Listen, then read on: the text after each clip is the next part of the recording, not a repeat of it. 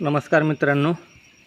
तर मित्रांनो, पक्ष्याला पाणी आपण कुठलं पण घेत असताना, बोरचं घ्या, विहिरीचं घ्या, ते पाणी शुद्धीकरणासाठी औषध वापरणं खूप गरजेचं आहे.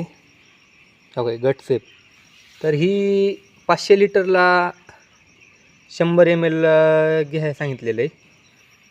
तर आपल्याकडे आता 1000 लिटर आपण बॅलर आहे, 1000 लिटर भरतो, 200 ml गटसेप टाकतो.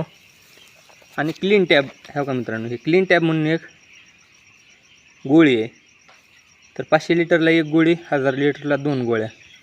क्लीन टॅब आणि गटसेप ही पाण्यात टाकणं गरजेचं आहे. आणि आपला पक्षी या 2 दिवसात जर अटॅकनं मारायला लागला होता, तर साहेबांनी ही लिओल PAFS ही औषध द्यायला सांगितलं होतं एका मित्रांनो.